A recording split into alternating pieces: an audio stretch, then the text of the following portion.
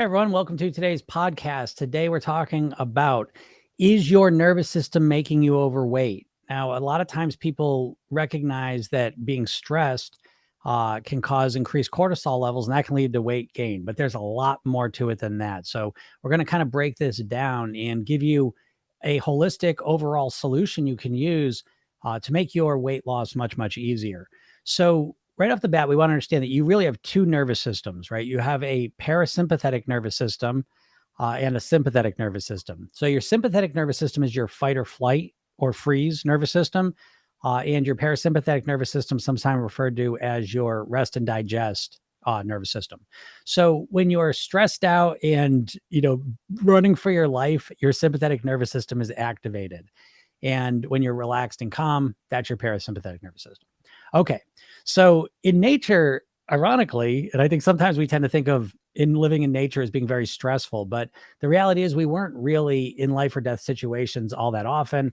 And when we were hunter gatherers, we weren't really, starvation wasn't a very common thing because we ate off the ground and went where the food was. And so we actually, ironically, in a natural environment, lived in a much more relaxed state of being. And in the modern environment, there are all kinds of things that can trigger our sympathetic nervous system. So even though we're not necessarily fighting life or death situations, we can be in a chronic state of fight or flight, based on watching the news, watching TV shows, getting a bill in the mail, having an argument, driving. I mean, literally, it's almost nonstop what can trigger our fight or flight response now. And so we want to recognize how being in that constant state of activated stress, how does that impact your weight, right? Because there's a whole bunch of things that go towards it, not just the cortisol. And so first off, it's important to understand that when you are in a fight or flight state, you got to remember what it was for, right? It's like all of a sudden you're getting chased by a lion. And so what happens is your vision narrows down, your focus narrows down, and you're meant in that state to become very impulsive, right? Just to not think about things, not consider things, but to just take action and go, or fight or freeze, whatever it is. The blood goes from your brain out to your body to fight, flight, or freeze. And your brain, again, the blood comes away from your prefrontal cortex because you're not considering a lot of things. You're not thinking about a lot of stuff. What you're doing is you're responding and reacting very quickly. Okay. So now we come into the modern world, and that state of being is triggered a lot for us. And in that state, again, the same thing's happening. We can narrow our focus down, and we can become very reactive and impulsive. Okay. And so when you do this state, when you get this state and you combine it with an abundance of high calorie enticing foods, that is one of the things that leads us to overeat. Okay.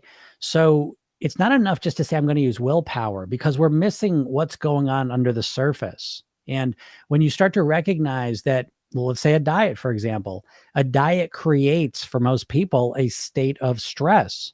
And they're saying, okay, I'm going to start my diet and I'm not going to eat the cake. I'm not going to eat the ice cream. And what happens in that state of stress is you almost get fixated on that ice cream. And when I say fixated, it's like your whole brain, your vision, your hearing, your taste, your smells, everything gets heightened and activated, and it gets focused in on the thing you're trying to avoid a lot of times. And you're in that impulsive state where all of a sudden you see the food and you want it. And it's very difficult in that state to stop yourself all of a sudden. You see? So what I'm trying to say here is that I want to give you more context. I want to give you more depth and understanding to that state that you may be in a lot, right? If you're stressed a lot, you're in this state where it's very difficult once you see the food to pull yourself back, because you're not just teetering like between like not eating and eating it. You've already, by the time you see it a lot of times in a stressful state, you are already 70% of the way there towards eating it. You see what I mean? So what is the solution to this? The solution is to start developing a more relaxed way of being. So there's a great book I'm reading. It's called The Willpower Instinct. And one of the things she mentions in it that was so interesting is one of the measurements of willpower that they can check physiologically is a thing called heart rate variability. The ability to, again, when we get stressed, our heart rate goes up. When we relax, when we exhale, our heart rate goes down. And so a person's ability to bring themselves down and bring their heart rate down is correlated directly with willpower. They can literally predict whether someone's going to have the willpower to not eat a cookie in studies. based on just measuring the heart rate. So the real solution to mastering your weight is not just to rely on this willpower, not to just get yourself into a state of stress and expect you're going to be able to stop yourself. It's to start developing a foundational feeling within yourself of being more relaxed and calm, activating your parasympathetic nervous system more and more and more within your life so that you're pulling yourself back from those impulses. Because when you activate your parasympathetic nervous system, the opposite stuff happens compared to the sympathetic nervous system. You relax, the blood goes up to your brain, and all of a sudden your prefrontal cortex starts working. In that book, they reference it as the pause and plan state of being. And so when you're relaxed and calm, it allows your brain to operate properly. And this allows you to naturally, A, have reduced cravings, and B, to have more mental ability to influence your decisions and what you're going to do. So I like this because it's a holistic approach. It's not just this idea that you're just going to rely on this willpower, right? Because willpower is misunderstood so much anyways, but this becomes a ground up approach to really becoming the person who you want to be. Because a lot of times I always use this metaphor that it's almost like the way we're trying to lose weight is we got our foot on the gas pedal and we're also simultaneously trying to push on the brake, you see? And so as we start to change our lifestyle, we ease off the gas pedal and then we can just focus on the brake. And so this goes with your nervous system as well. As you start meditating, as you start practicing breathing, as you get better quality sleep, as you hydrate your body, as you nourish yourself, you start to activate a more parasympathetic nervous system reality for yourself. And in that reality, you automatically start to reduce cravings. You automatically enhance your willpower and ability to choose the right foods that are going to bring you in the goal and the direction you want to go in. Because again, when we're in that fight or flight mode, we lose sight of the goals that we have. We lose sight of the bigger picture and we get into that very impulsive mode. And so in that impulsive mode, it's very difficult to just think you're going to have magically pull on some willpower to stop yourself. It's got to happen a lot earlier, right? Like metaphorically, it's like we're kind of waiting till the snowball's 20 feet high coming at us 100 miles an hour. And now it's overwhelming, as opposed to when it's the size of a softball and just slowly rolling towards us. That's a lot easier to stop. And so as you start to implement and institute some meditation, some relaxation into your life, and you start to intentionally activate your parasympathetic nervous system and relax and calm yourself down, you are simultaneously helping yourself to master your weight so that you can take control of your eating and, again, do the behaviors that bring you in the direction you want. So practice this and test it out, right? See, am I full of shit? Is this real? I think you'll find that with this nervous system concept, this layer over your whole process, it gives you more context to what's going on and more ability to influence yourself. All right. So give it a shot.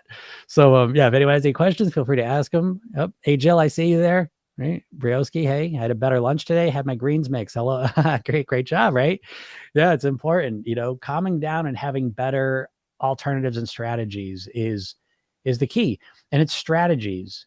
People rarely think strategically with weight loss because we've been conditioned to think tactically, right? Every diet is a tactic. It's saying, do this one thing basically. And there's no real depth to it. How do you get yourself to not eat carbs? How do you get yourself, to whatever your diet plan is, to not eat for 14 hours or 2 days or whatever you want to do? How do you get yourself to do it? And that's the deeper aspects of it that no one ever really talks about. It's the mindset piece, Sweet Quest says, I think it's real. What do you think's real? But so, yeah, when you start approaching your weight loss and again, weight mastery specifically, right? Because again, weight loss is typically programmed in our subconscious mind as a temporary thing. And weight mastery is, again, it's a different focus, right? It's a different goal. And so it tends to bring into your mind more strategic and sustainable methods, to make it happen. Because as soon as you start thinking about weight mastery of getting to your goal weight and living the rest of your life on your autopilot, of course, embedded in that goal is that you're going to need long-term sustainable strategies, and that's something that you probably have no idea about right now, right? Right now, you're just caught in that loop of, not thinking about your weight. Then all of a sudden you get upset about it. You start some plan, follow it for a little while, fall off it, and the whole thing just keeps repeating. So it's really important to start figuring out your own strategies. the things that are working for you. Sweet Quest says, I do less eating standing when I am not anxious. I agree. Yeah, for sure. It's funny. I mean, as I'm reading this book is so good. The Willpower Instinct. I'm kind of a quarter of the way in it, but it's really, really good. It's definitely in line with everything, that we teach in the program, as well. It just kind of conceptualizes it a little bit differently.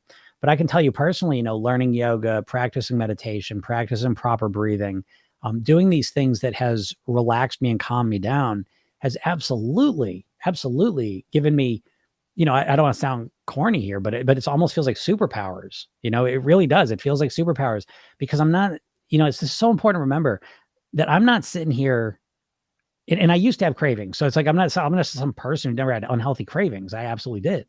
And so I don't now though, and so I want to put that idea in your mind because I think a lot of times with the weight loss, you just assume you're always going to be really hungry. You're always going to have these unhealthy cravings and you're always going to have to fight against them, and again, what I say in Program Yourself Thin, it's really about having this preventative approach, preventing the cravings, preventing the endless hunger. How do you do that? Because if you think you're just going to be starving forever and just not eat, that's not going to happen. You know what I mean? You'll never get control of your weight with that method. You need to find legitimate strategies that prevent the things that are causing you to overeat. And you're never thinking on that level because you're thinking on the symptom level almost. You know what I mean? You're thinking about, oh, I'm really hungry. Oh, I have really bad cravings. Let me use my willpower to fight against it and not give into them. You know what I mean? And that's your whole approach to losing weight. And that's not, good luck. You know what I mean? You're not going to have a good chance succeeding that way because your brain's not built that way. Your willpower comes from your prefrontal cortex. Your prefrontal cortex is about 10% of your brain. The rest of your brain, overtakes it. Your subconscious mind's not built for that, Bro got crazy HD quality for 14 viewers. Yeah. Well, I'm live streaming on YouTube too, but I always use this method. But actually, in the TikTok is actually not this microphone, but I record a podcast every day with it. I'm starting to read Atomic Habits by James Clear. Yeah, that's a great book. I like that book a lot. It's really good. Yeah, James Clear, he's really good with the habit stuff. Charles Duhigg is another one. And I'm forgetting what I'm blanking on his book name, but it's another habit book, but it's Duhigg, Duhigg as well. But yeah, so yeah, I don't know, that's just the way I get on here all the time and talk about a different approach to weight loss, because it's like we're trapped into thinking about weight loss in one specific way. And it's a mindset game. You know what I mean? It's always mindset when it comes to your weight. You remind me of Michael Keaton. All right. I haven't heard that one. All right. I like that. I love Michael Keaton. That was my guy growing up. He was one of my favorite guys. Mr. Mom, I must have watched 10 billion times. So I'll take that as a big compliment. I love him. And what do you have that movie, Gung Ho? Remember that one? Yeah, Gung Ho. Okay, I love those movies. I was such a big fan. Yeah, Mr. Mom, right? God, I can't take enough of that movie for sure. So yeah, I'll take that. I know it's so funny. I mean, I do these lives all the time and just with the videos and stuff, and people say, different people I look like, and it's the funniest thing to me because I never hear that stuff. So was that I look like Sean Connery? And I was like, Sean Connery. I get weird stuff, but I'll take it. But yeah, definitely Michael Keaton. I love that guy. And he's still kicking. He's so awesome. I don't know. He's just that guy stayed in great shape. He looks great. I'll take a pound of cheese, American cheddar, Munster. Yeah. I'm gonna have to rewatch that. I haven't watched that. It's funny. I'll tell you what, I got kids, my younger kid's getting older. He's 11 now. I try and keep it because I find it funny. I look back on like PG back in the day was a lot different than it is now. You know what I mean? Because they didn't have like PG-13. So PG was a real big catch-all. There was a lot of movies I think that might be like rated R now, or definitely PG-13, that were PG then, So Mr. Mom, I'll check it out. But I love that movie. So I'm gonna rewatch that with him. Let him take a trip down memory lane. But yeah. So yeah, it's exciting. I don't know. It's a fun time. I passed 100,000 subscribers. That's exciting for TikTok. But yeah, it's been fun. I've been on TikTok now for what? Let's see. It's April, 4 months. About 7 months, 8 months. It's been pretty fun, because I've been doing this for a long time.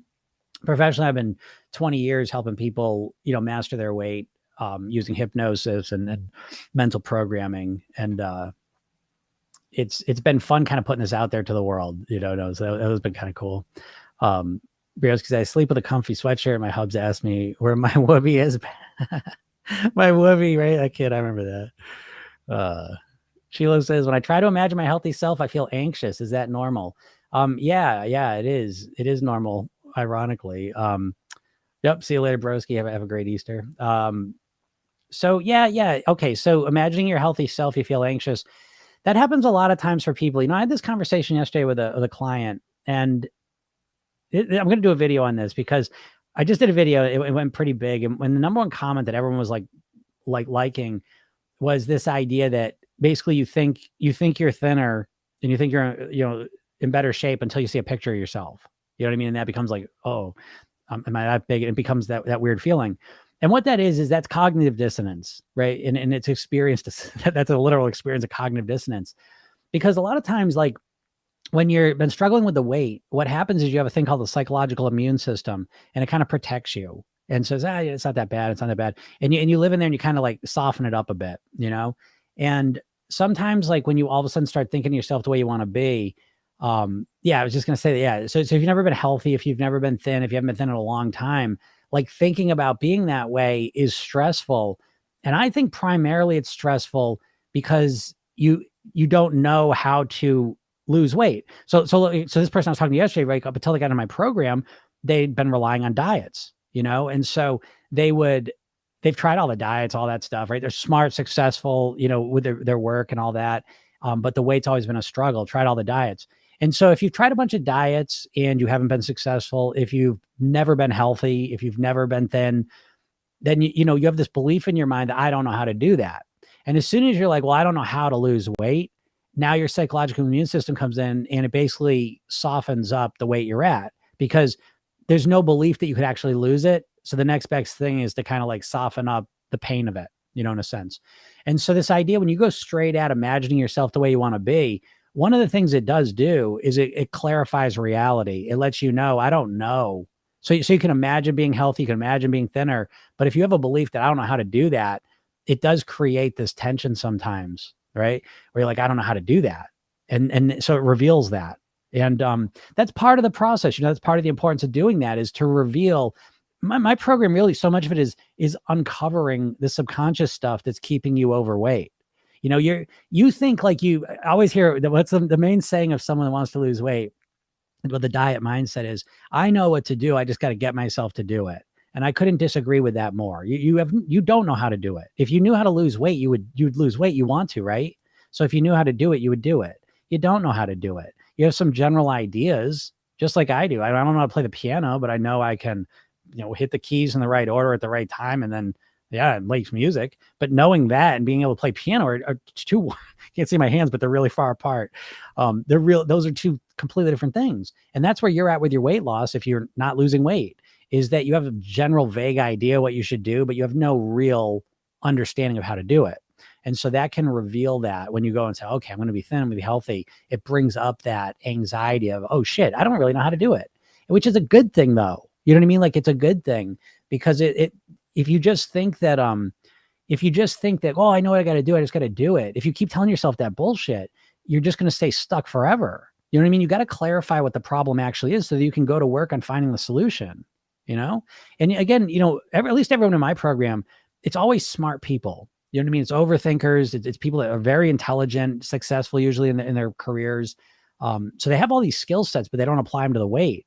And so, the first step for them to get on the path they want to go on is to recognize the deeper aspects of what they don't know, and what they have to fix, so awareness always precedes change, in my opinion, and if you're sitting here thinking, oh, I'm just going to start my diet on Monday. You're not. I mean, you'll start it, but you won't stick with it. It's crazy to me. I mean, I live in a world where, everything's about recognizing the subconscious aspects that are influencing you, Yeah, I see Vicky's in the program, right? Not just uncovering, but changing the subconscious programs as well. Yeah, absolutely. But it's like what you all don't understand is you don't even know your subconscious. You don't even know you have a subconscious mind. Like you're so in the dark with your weight that you know what I mean? Like you're like a blind person in a maze trying to figure it out. Like you have no chance almost. I'm not saying this to be an asshole. I'm saying it to clarify for you. I mean, you know, I get on these all the time. How long have you been trying to lose weight? 10, 20, 30, 40 years. Okay. Well, it's not because you're an idiot. You know, that's not why you're losing weight. It's not because you don't have willpower. It's not because you're a dummy. It's because you don't have a plan. You don't have a real plan to figure out how to live as a thin person, you know, and you don't have the first step of it. Okay. So it's like, I don't know. Don, she goes, I love listening to your wisdom while I eat my healthy lunch. Yeah, it's great. That's a smart move. Listening to me while you eat healthy stuff is really smart because you associate the two things together. Yeah. Yep. Pam says, Pammy Dawn. So is your name Pam or Dawn? Or is it Pammy Dawn? That'd be the first time I heard that. I don't call it a diet. I call it a lifestyle change. Yeah, that's great. That's a good idea. A diet is one of the worst things you can do because a diet, Pam, okay. A diet subconsciously is associated and coded as a temporary thing. You know, people are going to diet until they lose the weight, you know. TikTok. Oh, yep. TikTok lifestyle. Yep. You're really helping me. I'm down 7 pounds since March 2nd. You're such a godsend, I have to admit. I'm going to take a screenshot of that. Good job. Nice job. Nice job. Yeah, that's just listening to the free stuff. I'm getting nervous about Easter. I can already taste the candy. Oh, yeah, right. Easter coming up with the candy and the food and all that stuff. Yeah. I mean, that's a good example, right? Because it's like the diet's all or nothing, you know. So like Easter comes and it's like, it's going to throw so many people off. You know what I mean? I always love when Easter comes because I'll get some people to start the program this week. And then most people will start the program after Easter because you can't start a program before Easter, right? My program you could, but it's other ones you couldn't. Sweet Quest, what are the top 5 out of the box tips to lose weight? Well, you know, okay. I'll give you the one big one because there's one big one that overrides all the, because I can give you tips, but it's none of them matter without this one here. And I mean, you got to change your mindset, but what does that mean? You know what I mean? Do-O-U, I know what that means. Out of the box tips to lose weight. So the first thing is I wouldn't be focused on losing weight. Okay. Because weight loss typically, Jill said my best friend has lost a lot of weight. She owned up to the weight loss injections. Yeah, those weight loss injections. Oh, Jesus. I mean, they must be bad because it's like right underneath them, I see like giant bold print saying, well, watch out for thyroid tumors. It's like, yikes. Usually that's like in the small fine print, but they got to put that one almost, it's like a sub headline. Ooh. But, yeah, that's weird. But out of the box tips. Yeah. The first thing to lose weight. It's like, first off, I always say this one, you don't want to lose weight. You want to master your weight. Weight loss, like, cause I say, how long do you want to lose the weight for? Well, forever. Okay. Well, you're not acting like that. You're acting like a person who just wants to lose weight. And then you think magically once you lose the weight, you're going to just be able to keep it off. You're not. You haven't. No one does. Pretty much. When I say no one, I'm talking about 95%. I mean, so it's virtually statistically no one. So the first thing is mastering your weight. Get out of the time frame factor because you're making it conditional. You know what I mean? Like you go on your diet and it's like you keep checking the scale. And if you don't lose weight within a week or a couple of weeks, you can't stick with it because you just lose all your motivation. You're discouraged, you know? So that's the first thing. You got to make this a long-term process. You need to wrap your weight loss in personal development. Okay. So it's not just about losing weight, but about becoming a better version of yourself. All right. Oh, Laura asked, do you know Alan Carr's book also for losing weight? I love them. Yes, I'm a big Alan Carr fan. I think he's great. One of my favorite things he talks about is the cravings, and he frames it as the little monster. And I just love that because, but it can be powerful, you know, because I love that frame as a little monster. Because what's the challenge, right? That the craving comes, the craving is not the problem. It's saying no to it. And then that time after you say no to it, when you start feeling like you're going to be overtaken and fall apart. You know, and that moment, that feeling of feeling like, oh, I don't know, I keep thinking about it and you feel weak. That's the biggest thing. Right. So yeah, Alan Carr stuff is so great. Yep. TikTok. I guess I need to reframe my thinking about Easter. What can I bring to the event? Perhaps a game. Yeah, sure. It's, what did that user say? Oh, I didn't see what user, I feel like I'm missing some comments or something. I just see someone responded to love that. I didn't see what they said. Yeah. So Easter, here's the thing. I mean, like the Easter thing, yeah, I mean, it's a challenge, but here, don't lose sight of it. It's one day. See, like, it's never a big deal to me because I do like the 5-2, eating plan. And so Easter falls on the second day. So, um, like I'll eat a little bit more and there'll be Easter candy and stuff, but I got my strategies for dealing with that. But it's one day, you know what I mean? So again, what I suggest is you enjoy yourself. The idea is that you want to be at a weight that allows you to have the best quality of life. And part of the best quality of life, at least in my opinion, is to have Easter come and I'll eat a bunch of, I'll eat, we already get the menu. It's like, baked French toast. I don't know. There'll be, I can't remember the stuff. I guess, I don't know, potatoes, eggs and whatever. There'll be candy and, it's all that shit. And I'll eat it and it'll be fine because it's Sunday and that's part of that plan already anyways. And then I'll wake up Monday and I'll just go right back to what I'm doing, So that's a nice way to be, I think, Sheila says, I liked your video about changing your mindset. What about a healthy person do or eat? Remind me of Atomic Habits. Yeah. So weight loss and self-development go hand in hand. Yeah, absolutely. I think so because the weight loss, it's not enough motivation, and that's the diet mentality that you're going to, the before and after picture. I just want to look better. I want to bathe in suit to the beach. That shit ain't enough motivation for you, most likely, You're in your 45, 50 years old. You've been married for 20 years. It's like, it's not going to create the changes in your life you think it's going to. Don't want to bum you out. But it's the greatest change you could ever make in your entire life, but not because you're going to look different, because you're going to be this new person. All right. Established 1987, new here. Oh, hello. Don says, I feel once you make the switch from diet to eating for health, food fears disappear. Yeah, I would agree with that for sure. There's so much stuff. I mean, most of you watching this are have a diet mindset. You think like a dieter, and it is that diet mindset that's keeping you overweight more than anything else, more than your genetics, more than your menopause, more than your metabolic disorder, more than your diabetes, anything. Your mindset is the number one factor controlling your weight. And you have absolutely no idea of how to influence it or change it. That's what my program is. Program Yourself Thin is 100%, not 100%, but it's primarily about shifting your mindset, so that you can think like a thin person, not like a dieter. And I find some videos I put up and I'll reference like thinking like a thin person. People say, I don't know how to think like a thin person. It's like, exactly. That's the problem. You got to learn. So at least I appreciate them saying that, because it's like you have to identify what the real problem is before you can fix it. And most people have no clue what the real problem is. You think it's a willpower problem. It is not. It is not a willpower problem. It's a strategy problem. You're following a horseshit strategy of dieting, of trying to cut your calories. I'm not gonna go the whole thing, but it's a horseshit strategy. Let me just leave you with that. And you've tried diets for 40 years and none of them work. And you keep thinking, there's one magic one around the corner that's going to work. Like it's so stupid. It's just stupid. And I'm not calling you stupid, because you're literally brainwashed by the diet industry. You know what I mean? So it's like, I don't blame you for it. You're kind of a victim of it in a sense. You know what I mean? But I say this stuff to try and snap you out of it, snap you out of the diet trance you're in. And you're in a diet trance. And the diet trance also includes the fucking injections and the surgeries. Okay. It's all the same. It's all the same mindset. Just different flavors of it. When I don't diet, count calories, I only maintain my weight. When I don't diet, I only maintain my weight.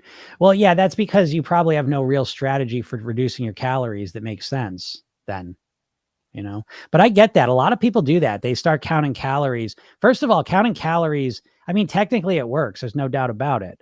But you got to get better at it. You're not just going to be good at counting calories because there's a wide range of error counting calories, especially when you first start, and you don't believe this. You don't believe it. It's just, I wish I could put my brain in everyone's head. I had this new person started the program last week, and she started it off. I'll tell you in a second. I want to see what Don said here. Like, I love jelly bellies. I will eat them with all smiles on Easter. Yeah, exactly, Don. Yeah, exactly. Sheila says strategy. How? What were you referencing? Strategy to improve personal development or weight loss and personal development. As I just said, I just totally just got off my train of thought, and it was something It was just so profound too. It was going to change the world. I need to find the best approach. All right, the best approach to mastering your weight. Well, first off, you hear me say the word mastering, not losing weight. Stop with the fucking weight loss. Stop just focusing on losing weight. It's a short term. It's a trap. It's a trap. Remember that from Star Wars? It's a trap. The diets are a trap. I promise you. And I just want to lose the weight. I just want to lose the weight. No, you don't. Because how long am I going to keep it off for? How long am I going to keep the weight off for? That's going to be, I'll make a video called that, actually. I'm going to write down on my notepad. But the question is, how long are you going to lose the weight for?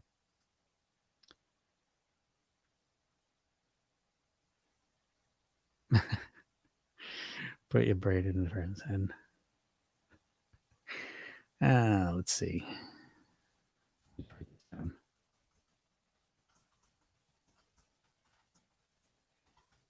Yeah, how long do I want to keep the weight off for? Diets are a trap. Yeah, exactly. Diets are a trap. They're a mental trap.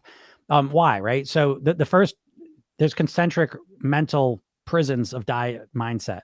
The first one, the outermost ring, is that diet, it's a temporary thing. I'm going to diet until I lose the weight. And as soon as you're trapped into that, then it says, okay, well, let's just do it as fast as we can then, right? If it's a temporary thing, let's just get it done. Okay, that's the next one. I want to get it done as fast as I can. Well, the next step becomes, okay, if I want to do it as fast as I can, what's the most extreme plan? It's going to be the fastest results. Okay. You know what I mean? So it becomes this tunnel of, now you're screwed. You know what I mean? And that's where you're at. You're stuck in this mindset. So what did I say? The outer ring is, this is a temporary thing. That's the biggest difference that I got myself on 30 years ago is I stopped with, I just want to lose weight. And I started thinking, I want to master my weight. I want to live at my goal weight for the rest of my life on near autopilot. That's what I want to do. And so that instantly forced me to choose methods and strategies that I could maintain forever, ways of eating that I could eat forever. So someone asked about strategies. Well, the strategies are things you have to create. In my program, there's weight mastery blueprints that you fill out, a mindset, a lifestyle, and an eating one. Because it's like, you can't, Jesus, it's like this idea that someone's going to give you a meal plan. You're just going to follow it is so stupid. Like you've never met this person. They don't know you. I always joke. It's like, someone give it. Oh, this is how you're going to dress. This, you know what I mean? Like you wouldn't accept that, but you're going to let someone tell you how to eat. It's like you're so weak and powerless in that diet mindset. Like you don't trust yourself. You don't believe yourself. You don't think you can ever figure it out. You don't think you can do it. You don't know how to eat. It's all bullshit. You do know how to eat. You know enough how to eat to lose weight. You don't know how to get yourself to do it though, And so what you have to do is take a little bit of time. You got to approach your weight loss like it's college. You know what I mean? It's not easy. I'll be the first to tell you. My approach is easier because it works, but it takes effort. It takes work. But then you end up with your own customized weight mastery blueprints that are built around you. Oh, can you imagine? Well, guess what? As soon as you have plans built around you, they last a lot longer. It's a lot easier to stick with them. And if you don't like them, you tweak them to make them work. I'm always tweaking and optimizing mine. But I get up. I know I'm going to eat. I'm on autopilot because you're built to be on autopilot. Your brain, it's like this idea, like, oh, be a mindful eater. No, you're not. You're not going to be a mindful eater. Do you even know anything about your brain? Because anyone that says they're going to be a mindful eater tells that's instantly, you have no idea what you're talking about. Because do you meditate? Because I meditate for 30 years and I can't eat a sandwich mindfully. I mean, like you live in a world of distractions. Zen monks have to live in like complete nothingness because it's so hard to stay mindful and they dedicate their whole life to it. So you living in America, you're going to be all of a sudden mindful eater tomorrow. Okay. Let me know how it goes. Give me a call next week and let me know how the mindfulness is going. So it's like, I know there's just so many wrong ideas, you know what I mean, about how people think they're going to lose weight that, I don't know. So you can't be mindful of it primarily. You can use mindfulness as a tool. That's the thing, you're fed a steady diet of tactics. Don't eat carbs. Don't eat for 12 hours. Count your points. Eat Mediterranean food. Don't eat fat. Do you know what I mean? Like it's a steady parade of tactic. You know what I mean? You never get a holistic strategy for how do I live as a thin person? You know what I mean? You never get that. So I want to be healthy, not do temporary lost and there feel bad when I get it back. Yeah. Hey, great job. Hey, that sounds like a smart idea. I wouldn't want to gain it back either, and yet people do it all the time. So I suggest, use this as an opportunity to reflect on the fact that the diets don't work because they're not built for you. You never make them your own. It's just a tactic. It never shows you how to deal with your mindset, never shows you how to shift your lifestyle, never gives you genuine eating strategies that you can use. Doesn't show you how to get back on track, is built for the short term. So it's like, my program, it deals with all that stuff. I get the best. I always say I got the number one weight mastery program in the world, but I joke with that because I'm the only one with a weight mastery program. But my program is so comprehensive, and it's like I say it to you because when you realize like how superficial and inadequate a diet is for you, I tell you that because I want you to realize it's not your fault. Like the fact you haven't lost weight isn't because there's something wrong with you. It's because you keep following the diet strategies and they don't work, but you keep doing it, Jill says, I love these tips. Thank you for sharing. You're welcome. You're welcome. Jill says, I binged every day since day one in this program. I've stopped now 5 pounds in a few days. Feels great. Yeah. Great job, Jill. Yeah. Jill's in the program. And it's like, again, what I say, so for example, right, if you're watching this, there's no way you're starting a diet between now and Easter if you celebrate Easter, right? No way. How would you? You don't want to start a diet until Monday because you have to get yourself all fired up to do it, right? My program is probably the only weight loss program you'd start on a Friday before Easter. Why? Because you start it and tomorrow, how you do the program, you open up your little phone and there's a little message for me and you click it. And because I deliver the program through the app and you open it up and you listen to a 5-minute hypnosis session in the morning. And so you relax, you calm down, you get positive suggestions put in your head, and then you go about your day and you just naturally start feeling more relaxed and calm. You start making healthier decisions. And then at night you go and you listen to your, 10-minute hypnosis session, you listen to that and you go to sleep and you're relaxed and calm, you sleep great. And you have all these positive weight loss mantras put into your mind. Then you start thinking different, you start acting different, you start feeling different, you start filling out your blueprints. You use your program yourself in technique to program your own mind. It takes about a minute.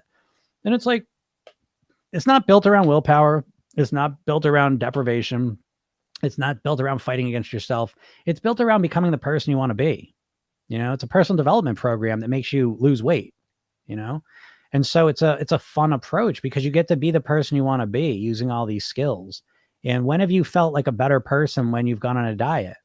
I talk to people that even lose weight and they still are stressed out and feel like shit, So the weight doesn't guarantee you're going to get great results or feel great. I mean, Cello says, do you know how to control your emotions prior to the F-it moment right before binging? Yeah, of course I do. That's the main part of the program. So the program yourself then technique is really 2 techniques. It's the redo and rehearsal technique, but the redo technique is exactly for that moment that, because think about this, right? You're so Cello, so you're aware enough, right? So you bring a lot more awareness to this than a lot of people do, but you bring the awareness that, okay, I get to this moment, I say, F it. I get emotional, I say, F it. Yeah, great. And so you're aware of that, but you never work on fixing it, which is why you have no solution or strategy to deal with that. Right. And that's literally what the redo technique's for, because that's exactly the type of thing that needs to be resolved for you to live at your goal weight, not to lose weight, but to live the rest of your life at your goal weight. You need to be able to have some strategy for when you get emotional and you get to that F-it moment, you go down a different path, So yeah.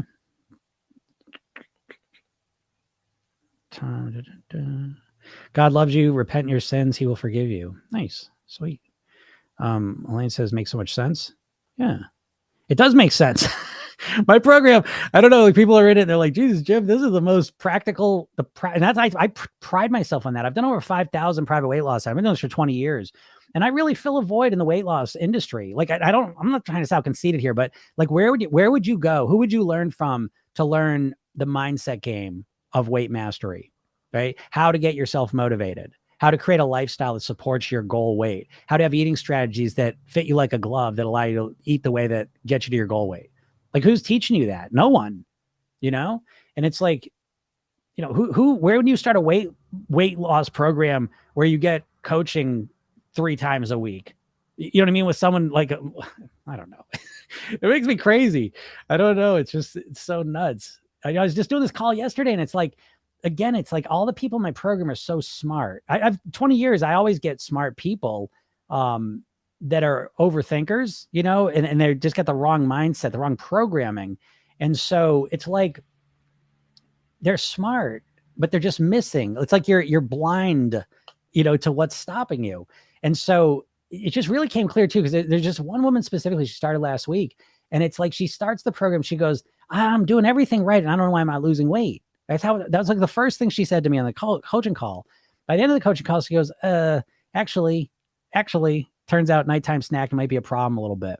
And we got on the call yesterday and she's like, you know what? It's 8 to 10. That's the problem. Do you know what I mean? But it's like, what I'm trying to tell you is you're literally blind to what's in front of you and what's causing the problem. And I'll give you an example of what I'm talking about. If you close one eye and look at your nose, you see it, right? Close the other eye and look at your nose, you see it. Open both eyes, your brain deletes your nose, So your brain is constantly deleting really important stuff that's right in front of you. So you got all these challenges, but you also have all these solutions that are right in front of you. You're not seeing them. You're literally, and this is normal. Our brain, we can't pay attention to everything, so we delete certain things. But, so I don't know, like how are you just going to change? How are you just going to change? Think about what you're thinking with a diet, like this idea that you're just going to start on a Monday and just all of a sudden be a different person. You know what I mean? Like, is that what you think? Like just magically some magic Monday is going to happen, and what's going to change in you that you all of a sudden you're just going to be able to do it, Mira says, hello, it's different from hypnosis to quit smoking. I did one session and still smoke free. Thanks. Wow, that's great. That's great. No, to be honest, I've done smoking work and phobia work. Some things hypnosis is really good for, like knocking out one session. I have not found that to be the case with weight. Weight is, and I tried it. Listen, when I first started, I just did what every other hypnotist did. I read the script and whatever. It works sometimes, didn't work most of the time. But I got obsessed with it. Like I've been obsessed with it, to be honest, but I was really obsessed with why does it work? Why does it not work? And that's just led me down this path. You know what I mean? And because listen, changing your weight means changing your eating and your lifestyle and how you think. It's a self-improvement program from the ground up, from the inside out, and eating is such a core part of your reality. To think that you're just going to make a decision and change it is so silly. Like you're just not. Your brain's not built for that, And so there's a lot of different factors on it. So that's why I'm like, when Weight Mastery Blueprints, it's mindset, lifestyle, and eating. But the mindset section alone is split into 6 sections. It's motivation, your self-image, your habits, emotions, how to handle them, how to think like a thin person, how to maintain. Don says, no longer have moments since finding you. Great job. Jill, I don't know how to say how much this program helps. I find the words amazing. Yeah, Jill, she's been, I think a week, 2 weeks now as well. It just changes everything. I don't know, it's like, even just like I was talking earlier in the call about your nervous system. And so like when you think about weight loss, you go into a state of stress and anxiety and tension because you think about it and you're worried about it or you're upset about it. And you think about all the times you tried it and you failed at it. And you're just like, every time you think about weight loss now, you go into this state of anxiety to some degree. And so weight loss now just means anxiety and stress and tension to you see? And that's one of the first problems. So my program, like I said, imagine starting a weight loss program and what do you got to do? What do we got to do? I got to go to the gym an hour. What do I got to make 30 new meals this month? I got to completely change my eating. What do I got to do in this plan? Well, you got to sit and start your day within the first 30 minutes of your day, listen to a 5-minute hypnosis session. Oh, okay. Then what? And then at night, you got to listen to a 10-minute session. Well, do I have to stop eating carbs though? If you want to, but you know, do you know what I mean? Like, because there's no rush. See, every time you're doing the diet, you're overcorrecting. You know what I mean? Like you get so upset. Okay, I'm going to start my diet. I'm going to cut 50, 60% of my calories out. It's a huge cut. Think about what you're doing. You know what I mean? You're already depleted. You're already feeling like shit. That's why you're starting the diet in the first place. You're tired. You feel like shit. You don't feel good about yourself. You're emotionally drained. And then you say, okay, now I'm going to cut 50% of my calories out and eat perfect. When I put it that way, doesn't it sound silly? Hey, Susan, there she is. Hello, I put my scale away so I don't just focus on a number. Great job, Susan. Thank you. I do believe in this strategy because I'm doing a healing journey similarly. Yeah, great. Yeah, that's what you want to do. You want to, again, I forget who was saying that the James Clear stuff, but he talked about habit stacking, right? And so I think it's great to make lots of changes all at once when they are inside oriented. I don't think the diet's like making too many changes all at once. I don't believe in that because that's just an external focus. You can change all your behavior without changing anything in here, And so I think if you're working on changing your mindset, how you feel, that's a great thing to add into this whole process. It gives it more meaning and it supports you in what you're doing, Yeah. So yeah, I don't know, it's like, what are your, I mean, when you when you think about losing weight, hey, Victoria, when you think about losing weight, what are your big challenges? Let me help you clarify those, because right now it's like you feel so overwhelmed by weight loss in general that like you can't even specify the problem, so you're just blind to a lot of there's only like 3 or 4 habits probably that are keeping you overweight,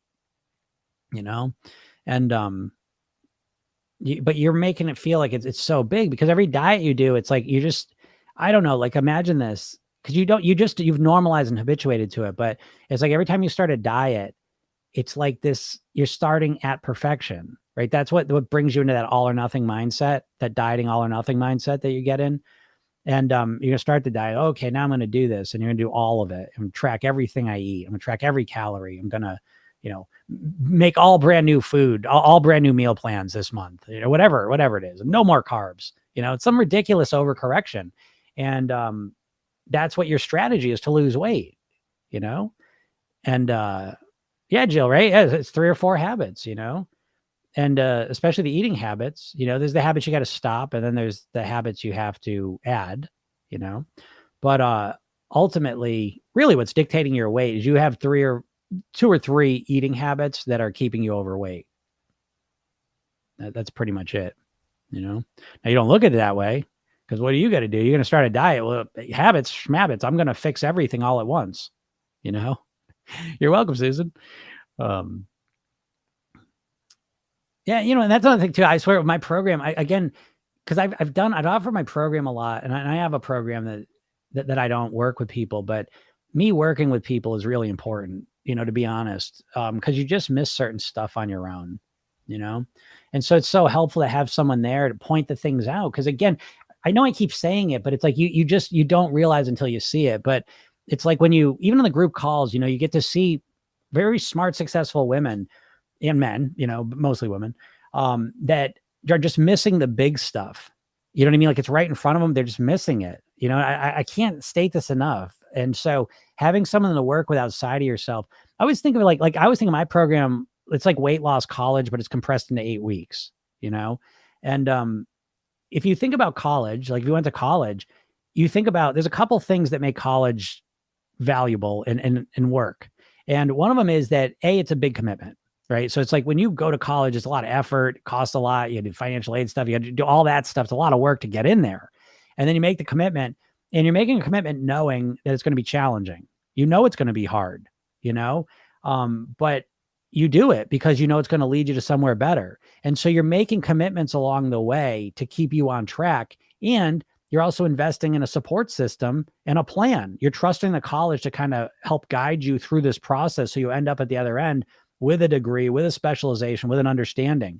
And it's a hard process. And so that you're going to need structures and support in order to accomplish it, right?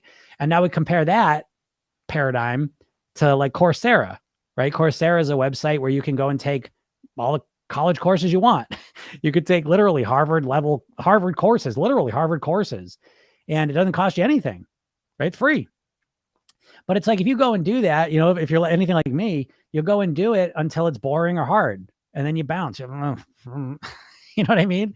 And if you look at your weight loss approaches over the last 10 years, let's say, aren't they much more like the Coursera ones, right? We're just like, okay, I'm sick of being overweight. I'm just going to do it, right? And then you just don't tell anyone, right? Because you don't want anyone to think you're a failure, and you have no support system, right? And there's no real commitment. And you start on Monday, and it's like, if you get to the end of Monday, it's almost a miracle, right? 39% of people can't make it past a week on a diet. 75% can't make it past a month. Is that those numbers ring true for you? So if you really care about losing weight, it might behoove you to find a better way to make it happen.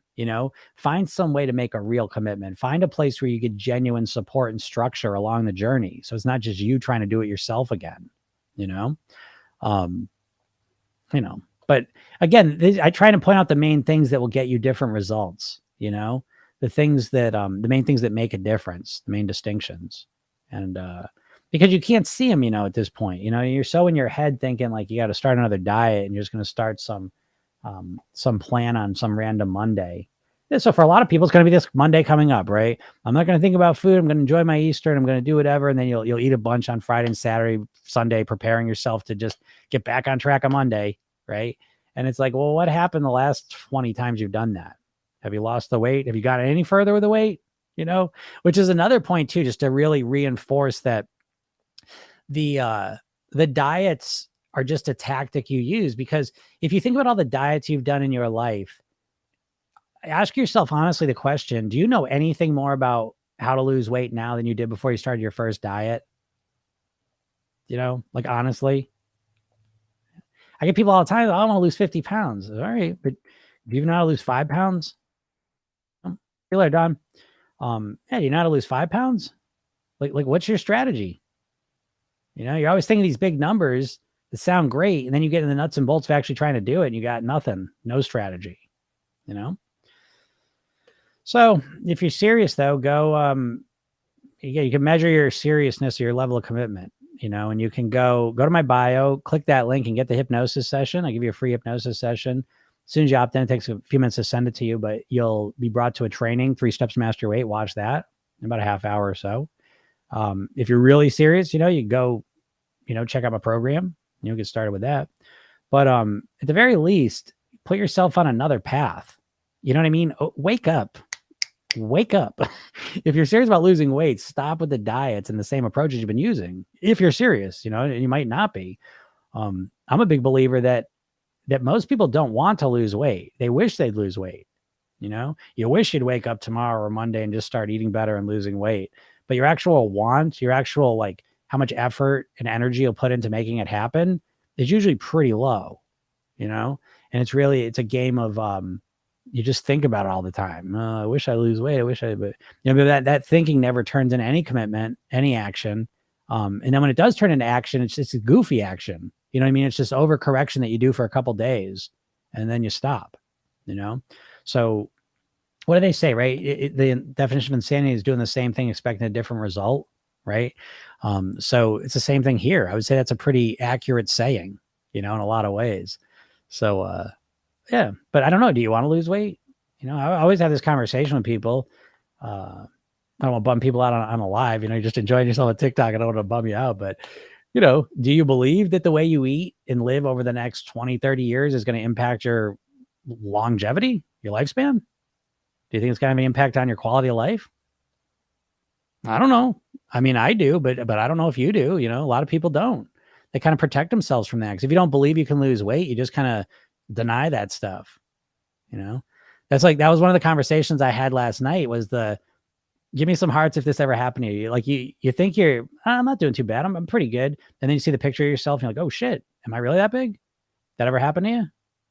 Right? That's your psychological immune system protecting you, but the picture, listen, there's a flip side of that with the pictures, right? Is that, usually with pictures you see, the majority of pictures you see in your life are pictures of models. For real, right? You know that, right? Most of the pictures you see in your life are advertisements, so as soon as you see a picture of yourself, we usually don't compare to people that are genetic anomalies that their whole life is about how they look and then they're photoshopped on top of it, right? So we always look bad in comparison to that, okay? However, there is an aspect of looking at the pictures and saying, yeah, I am that big. But what happens is I live within my cushy psychological immune system, which is telling me, it's not that bad. You're not that bad. It's okay. And so when you look at that picture and you have that feeling and you feel that panic and that tension in you, don't run away from it, because that pain can be utilized, because it's sending you a message. It's saying, because, I get to talk to people in their 60s, 70s, and not so much 80s, but they're still struggling with the weight. And certainly in the 70s, it's just like, because you don't just learn this on this, right? You don't just like figure it out at some age. You have to figure it out on your own. It doesn't matter the age. You never gain any age wisdom about how to manage your weight typically. So, but they look back and they say, Jesus Christ, I wish I took better care of myself, because what we're talking about here is life and death. That's my paradigm. My dad died at 54 of a heart attack. So weight has always primarily been life and death to me, and it's a distant, place down the rankings of how I look.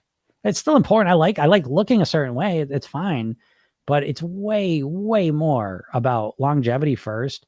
And then all the personal development benefits I get out of mastering my weight, out of living as the person I am. Again, it's a personal development journey I'm on, you know?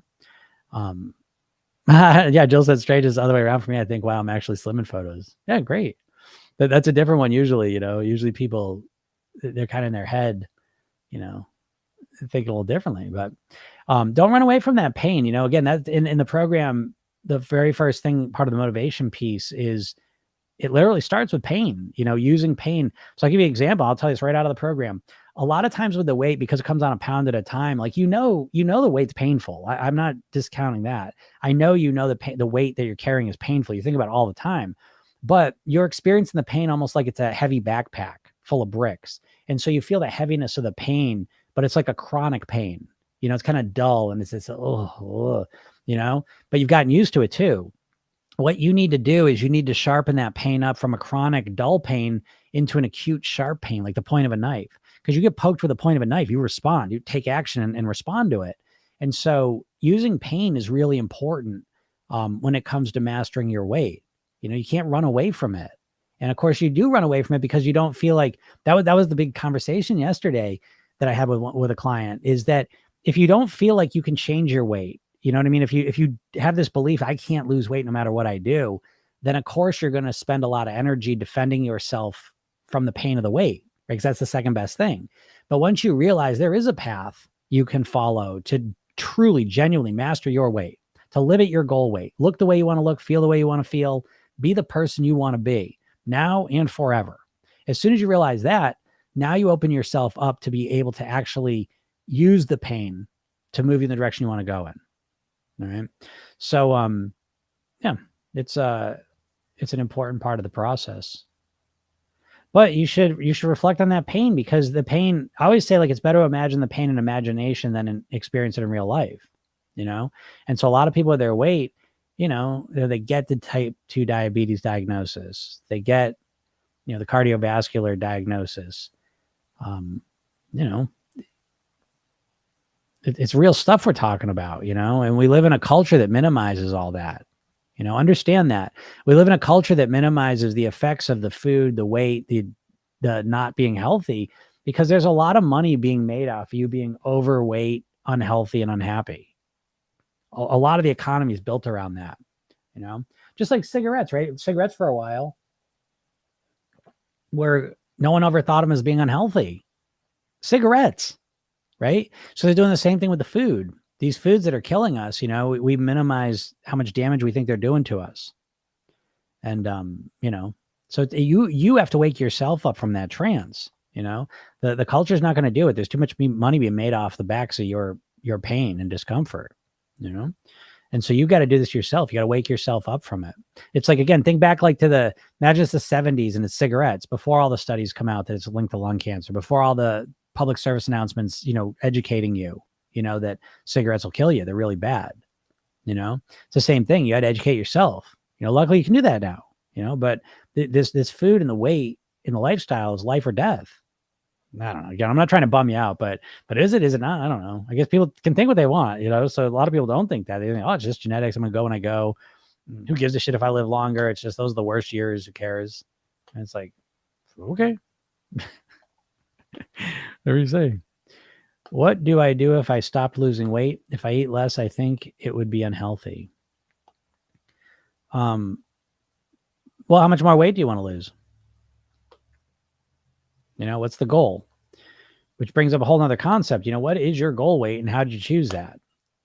Again, that's something that's really, really important, because right now you're kind of in an incongruent spot, 10 pounds. I want to be 120. Okay.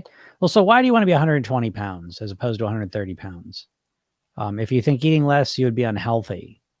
Like, what's the goal? At 120, what happens that doesn't happen at 130, where you can eat enough and feel healthy? Right. Again, this is that notice what I'm saying, right? Again, and by the way, if you want to get a better sense of what I'm doing here, you should go to my YouTube channel, which is Jim Katsoulis, Katsoulis. And up on that channel, I put a coaching. There's 2 coaching sessions right now. I got to put this third one up. But there's coaching sessions I did with real people, and they let me videotape them, which I really appreciate. And so you'll see me go through this process with them, this subconscious oriented process. And what so much of it is getting congruent, because a lot of times, like I say, and I don't get all triggered here, but you weigh what you want to weigh subconsciously. Even if you're overweight and you hate it every day, I promise you, you're subconsciously there because you think, well, I'm safe from men's attention. Well, at least my skin's not loose and I actually look better being overweight. I'm not sick. There's all these subconscious reasons you can want to be overweight. And so you weigh what you want. I've never seen that not be the case. Okay. You don't realize the want, though. It's subconscious. You're not aware of it. But if you start reflecting on the subconscious reasons you may want to be overweight, it's very interesting, because the first step is you get to take your power back, and you realize you're in control of your weight. I always say, like, I talk about the weight set point, but people talk about that as if it's genetic, and it's not. The primary thing controlling, I just got a video about this coming up. The primary thing controlling your weight set point is your self-image, how you think about yourself. Understand your brain is a status quo machine. Your subconscious mind, especially. Your subconscious mind is it wants to keep everything the same because your brain's a prediction machine, right? It's there to predict what's coming in the future so you can stay safe and stay alive. The easiest way to be able to predict something is to keep everything the same. So this idea that you're going to lose the weight and become a thin person all of a sudden, if you've been overweight for 20 years, like, have you thought about what it'll be like to live as a thin person? Like, with the people in your life, like, how are you going to do that? Because all of a sudden you're not complaining about your weight. You're in control of it. You got your friends, you're not complaining about, because how much do you think and talk about your weight? Probably a lot. And so all of a sudden, you're not going to be talking about that stuff. There's going to be a vacuum. You don't like being overweight, but you're familiar with it. You're comfortable with being overweight because you're familiar with it. And so all of a sudden, this thin person, it's like a whole different thing. I don't know if this makes sense to you, because I'm telling you, this comes up every single time. Yeah, that's interesting. I used to weigh around 160, so that's probably why. Yeah, but you should reflect. I get this all the time. See, people, they pick this arbitrary goal weight. This happens all the time. This is the rule. This is almost every single person I've ever worked with, is that they pick just some number. So why are you picking that number? Because I weighed that when I was 18. That's what I weighed when I got married. And it's okay. The worst one, that just to prove a point. I mean, I had someone a couple weeks ago, they took the record. I said, they told me the goal weight is, and I said, when's the last time you weighed that? Just by the way. And they go, when I was in seventh grade. Seventh grade. I said, well, how old were you? They're like, I was 12 years old. So you want to weigh? This was a 40-year-old woman. I said, you want to weigh what you weighed when you were 12 years old? Why? Right? And this is a smart woman, a smart, successful woman. I said, why? So, and she's like, I don't know. Never gave any thought. So this is what happens. A doctor session with it. A BMI chart session with it. I weighed that when I was 18. There's no meaning. That's what you understand. There's no meaning when you just arbitrarily pick a number. There's no meaning behind it. And there's no meaning behind it. There's no motivation. Motivation comes from meaning. And most people's goal weight means nothing. Most people struggling with their weight have been saying the same fucking number for 30 years. I just want to weigh 120. I want to weigh 120. I want to weigh 120. Why? What do you think happens at 120? You think you walk around, people go, oh my God, look at you. You're a movie star. Put her on the cover of a magazine. Oh my God. Look, oh, wow. Do you know what I mean? Like, no one gives a shit. No one gives a shit if you're 120, And the people that do care, again, if you want to be 120 and there's meaning behind it, then you do that. Get clear on it. I want to be 120 because blah, blah, blah, blah, blah, blah, blah, blah. But here's the thing, right? Let me give you this spiel, is that you can't put your weight in a vacuum. And you're seeing this. This is literally what your first question was talking about. But you can't put your weight in a vacuum as if it just exists on its own, because you have to live a certain lifestyle to achieve whatever weight you want to live at. And most people pick a weight, they don't want to live that lifestyle. There's the incongruency I was talking about, right? I want to weigh this weight, but I don't want to, I got to eat carrots and drink water all day to live at this weight. I want to be this weight. I want to be this weight. Well, what do you got to do to achieve it? Let's not talk about that. Yeah, that's what people want to talk about. Well, then what are you doing then? Why do you keep saying, it's like me saying, I want to be a multimillionaire. Okay, well, you got to work all the time and you're not going to have as much time with your family. I just want to be a multimillionaire. Well, do you want to work a lot? No, but I want to be multimillionaire. It's like, do you know what I mean? Get congruent. What do you want to, how do you want to live? How do you want to eat? So there you go. If I eat less, I feel like I'm going to be unhealthy. Okay, so why do you want to be at a weight where you feel unhealthy? Well, we know the answer to that, I think, right? Because then I'll look better. To who? To people that like unhealthy people? Do you know what I'm saying? Like, you want to attract someone who wants someone who looks unhealthy or is unhealthy? Do you know what I mean? Like, we've got to get a congruent thing. My goal weight is a weight that I decided because I looked at the lifestyle I'm living and the way I'm eating, and I picked the goal weight I want to be at. Okay. And you're never going to believe this. I got to a point in my life where, about 10 years ago, life just got bonkers. I had a new kid, it wasn't sleeping great. We moved, we redid the whole house, I was working my business.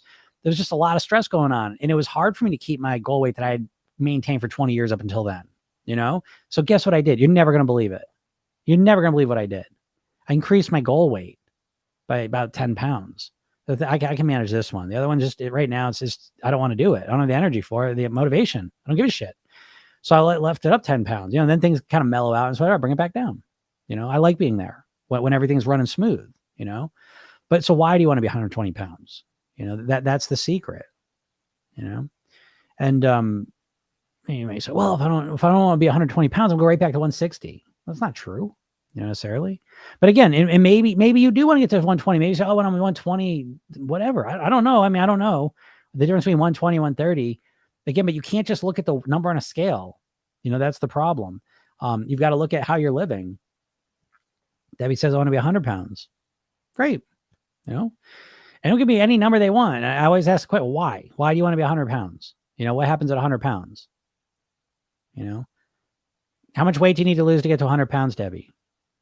Again, everything's relative. Like, I will say this is the value of having coaching too, is that every solution really is so specific. Everyone's situation is so unique that having someone help you along this process is so crucial, because a lot of the things that you're doing intuitively, you're just struggling to kind of see them. If that makes sense. Debbie says 18 pounds to go. Okay, great. Yeah. So you're within a range of it, what my credentials are. Yeah. My credentials are, I'm certified hypnotist. There goes Debbie. Yeah. I don't know what happens when I get there. I'm going to speak to that in a second. Yeah. My credentials, I'm certified hypnotherapist, NLP trainer. That's neurolinguistic programming, yoga instructor, strategic coach, done over 5,000 private weight loss sessions, created the Program Yourself 10 system, lots of other programs too. Like I said, I feel like I've had to blaze my own trail. You know what I mean? Because I think when it comes to weight loss, what are you getting? You're getting everyone telling you what to do. Here's the plan, do it. And you never get anyone showing you how to get yourself to do it, which is the main problem. And so I like to think that I fill in that void, Is there a reason to why my sister can eat more but maintain a lower weight? Is it a mental thing? I don't know. I mean, usually when someone says that, it's almost always that they're not eating as much as you think they are. I mean, just your sister. So I don't know if you're living with her, so you're seeing everything she's eating, but there's certainly genetic factors sometimes, but more often than not, that's a person who's not seeing everything that's being eaten. We're oblivious to a lot of what we're eating, and we're certainly oblivious to a lot of other people are eating, Cause like, if you see me like on a certain night, like you see me going out to eat on a Saturday or Friday night, you're like, geez, how do you eat so much? You're so thin, Well, you're not watching me the other 7 days of the week. You know what I mean? You're not watching how I'm eating a salad every day for lunch. You're not watching me how I'm eating the same breakfast Monday through Friday, Yeah, I can eat a lot and gain. Think we're all different. We are all different. I mean, there's a lot of factors, but ultimately, I mean, it really is a calorie thing. But, listen, when I talk about weight mastery, it's always about, thank you. You're amazing. I appreciate that. Cause again, I'm trying to I want to help people. I don't want to lose my train of thought here. Weight mastery. Let me just, I want to wrap this up real quick, is that weight mastery is really about action and acceptance. So it's not just about losing weight and doing things to lose weight. There's also an aspect of this process where you have to accept yourself, because it's hard to do this these days, because think about it. You've been fed your entire life a steady stream of perfection. You know what I mean? In your face, especially women. It's constant, you know what I mean? Like in the modern world, so much media coming at us, and we're seeing all these people that are supposed to be perfect. And so even if you get to your goal weight, if you get to 100 pounds, you're still gonna feel probably not necessarily confident. You're still gonna feel less than, I'm not saying it's to bum you out. I always use the same story. Like I had a program yourself thin coach that I certified, and she was a competitive bodybuilder, got into single digit body fat, which is very hard for a woman. And so, I said, what was it like? You're about to go on stage. You're in the best shape possible. I'm like, what was it like? What was it like to feel so amazing about your body? So I didn't feel amazing about my body. I'm like, I did, but I also recognize all the little imperfections, so that process is relative. So there needs to be literal work on accepting and loving your body, as well, because there's no weight, there's no physical reality you're going to get to where you can't still find something you don't like and feel bad about yourself. Do you know what I mean? You can always do that. That's a dopamine for you.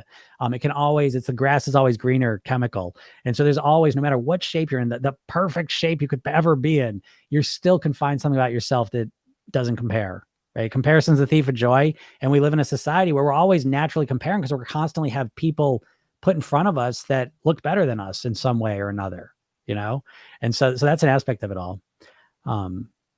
Since we're all different, how do you access and ultimately help your clients? Oh yeah. Great question. So what I do now, and I've done so many different approaches over the years from, I start off with a hypnosis office. I work with people one-on-one, like one session at a time. That didn't work, not with weight anyways. Then I started doing like package things and that started getting better. But then I had to like really learn, like I learned like read like 50 books a year. I'm obsessed with this stuff. I've just done just like thousands of training videos. I did over 5,000 private weight loss sessions. So I always forget what's the best way to help someone. So where I'm at now is my Program Yourself Thin course is structured. It's an 8-week program. So what happens is the first thing you do is you learn the Program Yourself Thin technique, which is a 1-minute self-hypnotic programming technique where you program yourself using a redo and rehearsal technique. We'll just keep it that way. Because you have to be able to program your own subconscious mind. Because I can hypnotize people, I can give suggestions, but at the end of the day, you know your own context. That's so important with your behavior because you behave certain ways in certain environments and certain situations. So you need to be able, it's the give a person a fish, feed them for a day, teach a person fish, feed them for a lifetime deal. So once you understand how to influence your subconscious mind, which is what hypnosis is, hypnosis isn't going into a trance. That's just something we use to do the main process of hypnosis, which is influencing your subconscious mind. And so once you understand how to influence your subconscious mind, you kind of get the keys to the kingdom there and you can go to work on that because mastering your weight is a forever process. You know what I mean? Like it's not just like, oh, here's your plan. Now you just follow this forever. You need to be able to adapt and change and all that. So that's the first part of it. The second part that goes along with that is coming up with your weight mastery blueprint. So this is a workbook I have where you figure out your mindset, lifestyle, and eating blueprints that are going to allow you to live at your goal weight. And you start it off and you fill it out, but it's a living document. You tweak and optimize it as you go forward, but it gives you that feeling of structure and certainty about what you're doing. Because right now it's like I have a lifestyle, a way of eating, I have mindset strategies in a mindset that allows me to, I'm not forcing myself to, fight against food. I'm not dealing against hunger. I literally am able to, be the person I want to be on near autopilot. So there's that part of it. And then finally is the hypnosis sessions where, again, over 8 weeks, there's 5 minutes in the morning, 10 minutes at night. And this kind of slowly trains you to teach your nervous system to be the nervous system that keeps you the weight you want. And then I shouldn't say finally, because it finally is the coaching calls. And so I have coaching calls 3 times a week where I literally work with my clients, and that's a huge part of it too. Because again, even if you're learning this, you need someone outside of yourself. So that's a key part. My lowest, I still wasn't happy with what I saw. Yeah, exactly, Jill. That's kind of how it is. So, yeah. All right, everyone. Oh, hey, from British Columbia. Hello, how you doing? So, yeah. All right, I got to get out of here, everyone. But I hope you all enjoyed this. If you want to go forward with this, go click that link. Click that link that is in my bio.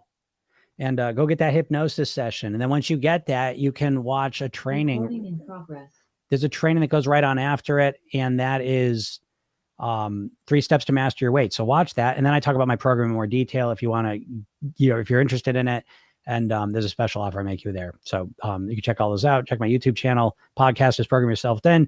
Thank you so much, everyone. Thanks, Jill. I appreciate that. Thanks, everyone. Have a great